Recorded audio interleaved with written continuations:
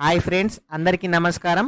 Current bill ఇది వరకు చాలామంది మీ మొబైల్తోనే ఫోన్పే కానీ పేటిఎం కానీ గూగుల్ పేతోని పే చేసేవాళ్ళు. కానీ ఇప్పుడు రూల్స్ మారాయి. ఇప్పుడు ఫోన్పే గూగుల్ పే పేటిఎంతోనైతే ఈ electricity bill current bill pay చేయడం అయితే కుదరదు. అసలు ఈ కరెంటు బిల్లు మరి ఇప్పుడు ఏ విధంగా పే చేయాలి ఈ వీడియోలో చూద్దాం. వీడియోను ఇంకా ఎవరైనా సరే లైక్ చేయకపోతే వీడియోని అయితే లైక్ చేయండి.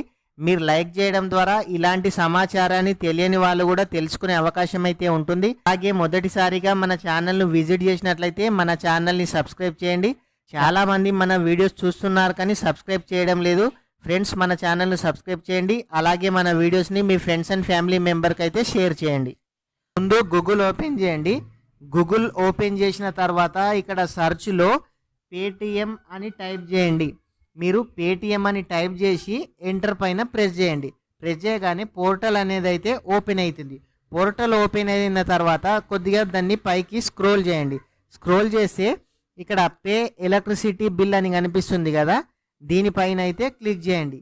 ఎలక్ట్రిసిటీ బిల్ పైన క్లిక్ చేయగానే ఇక్కడ ఫస్ట్ స్టేట్ అని అడుగుతుంది. మీది ఏ స్టేట్ అయితే ఆ స్టేట్, తెలంగాణ అయితే తెలంగాణ, ఆంధ్రప్రదేశ్ అయితే ఆంధ్రప్రదేశ్ పైన సెలెక్ట్ చేయండి. తర్వాత ఇక్కడ మీ ఎలక్ట్రిసిటీ బోర్డు అడుగుతుంది. ఎన్పిడిసిఎల్ అయితే ఎన్పిడిసిఎల్, లేదంటే ఎస్పిడిసిఎల్ అయితే ఎస్పిడిసిఎల్ అయితే సెలెక్ట్ చేయండి. చేసిన తర్వాత మీ బిల్ పైన యుఎస్సి అనే నెంబర్ ఉంటుంది కదా, ఆ నెంబర్ని అయితే ఇక్కడ ఎంటర్ చేసి ప్రొసీడ్ పైన క్లిక్ చేయండి. క్లిక్ చేయగానే ఇక్కడ ఏమని చూపిస్తుంది, ఎర్రర్ లాగా అయితే వచ్చింది. అంటే ఇది వరకు ప్రొసీడ్ పైన క్లిక్ చేయగానే పేమెంట్ ఎంత ఉంది అని అయితే చూపించడం అయితే జరుగుతుండే.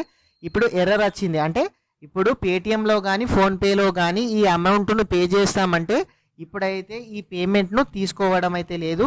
అసలు మరి ఇట్లా పేమెంట్ తీసుకోకుంటే మరి ఇప్పుడు ఏ విధంగా పే చేయాలి అనుకున్నట్లయితే మళ్ళీ గూగుల్ ఓపెన్ చేయండి. గూగుల్ ఓపెన్ చేసిన తర్వాత TSNPDCL అని టైప్ చేయండి. టైప్ చేస్తే పోర్టల్ అనేది అయితే ఫస్ట్ ఒక లింక్ అయితే వచ్చింది కదా, ఆ లింక్ పైన క్లిక్ చేయండి. క్లిక్ చేసిన తర్వాత ఇక్కడ యూనిక్ సర్వీస్ నెంబర్ అని అడుగుతుంది కదా, మీ యూనిక్ సర్వీస్ నెంబర్ మీ కరెంటు బిల్ పైన ఉంటుంది కదా నెంబర్, ఆ నెంబర్ని అయితే ఇక్కడ ఎంటర్ చేయాలి. మీ బిల్ పైన ఉన్న నెంబర్ని ఇక్కడ ఎంటర్ చేసి సబ్మిట్ మీద క్లిక్ చేయండి. సబ్మిట్ మీద క్లిక్ చేయగానే ఇక్కడ చూడండి పేరు అయితే రావడం అయితే జరిగింది. మీరు ఎవరి పేమెంట్ అయితే చేస్తున్నారో వారి పేరు కరెక్టేనా కాదా, అమౌంట్ అయితే ఇక్కడ కింద చూపిస్తుంది కదా, ఇక్కడ చూడండి కింద పేమెంట్ అయితే చూపిస్తుంది కదా, ఆ పేమెంట్ను చూసి ఇక్కడ కింద కనిపిస్తున్న సబ్మిట్ మీద క్లిక్ చేయండి. సబ్మిట్ మీద ప్రెస్ చేయగానే ఇక్కడ చూడండి మీరు క్రెడిట్ కార్డ్తో పేమెంట్ చేస్తారా, డెబిట్ కార్డ్తో పేమెంట్ చేస్తారా, నెట్ బ్యాంకింగ్తో చేస్తారా, వాలెట్ నుంచి చేస్తారా, లేదంటే QR కోడ్ నుంచి చేస్తారా, లేదంటే UPI నుంచి చేస్తారా అని అడుగుతుంది. మీరైతే QR కోడ్తోనైనా చేసుకోవచ్చు, UPI అయినా చేసుకోవచ్చు, మీరు డెబిట్ కార్డ్ క్రెడిట్ కార్డ్ ఎట్లయినా సరే మీరు పేమెంట్ అయితే చేసుకోవచ్చు. ఇట్లా పేమెంట్ చేసుకున్న తర్వాత పేమెంట్ సక్సెస్ అయిన తర్వాత కూడా మీరు ఎన్ని మంత్స్ నుంచి ఈ కరెంటు బిల్ పే చేస్తున్నారు, మంత్లీ మీకు ఎంత బిల్ వచ్చింది తెలియకుండా ఇక్కడ హిస్టరీ పైన క్లిక్ చేసి మళ్ళీ మీ యూనిక్ సర్వీస్ నెంబర్ని ఎంటర్ చేసి సబ్మిట్ మీద క్లిక్ చేయండి. సబ్మిట్ మీద క్లిక్ చేయగానే ఇక్కడ చూడండి మీరు ఎన్ని నెలల నుంచి ఏ మంత్ ఎంతెంత కరెంటు బిల్ వచ్చిందో కూడా మీరు ఈ TSNPDCL సైట్ ఓపెన్ చేసి ఆ సైట్లో పోర్టల్లో అయితే మీరు ప్రతి ఒక్కరు కూడా చెక్ చేసుకోవచ్చు. ఈ విధంగా ఆన్లైన్లో చెక్ చేసుకోవచ్చు.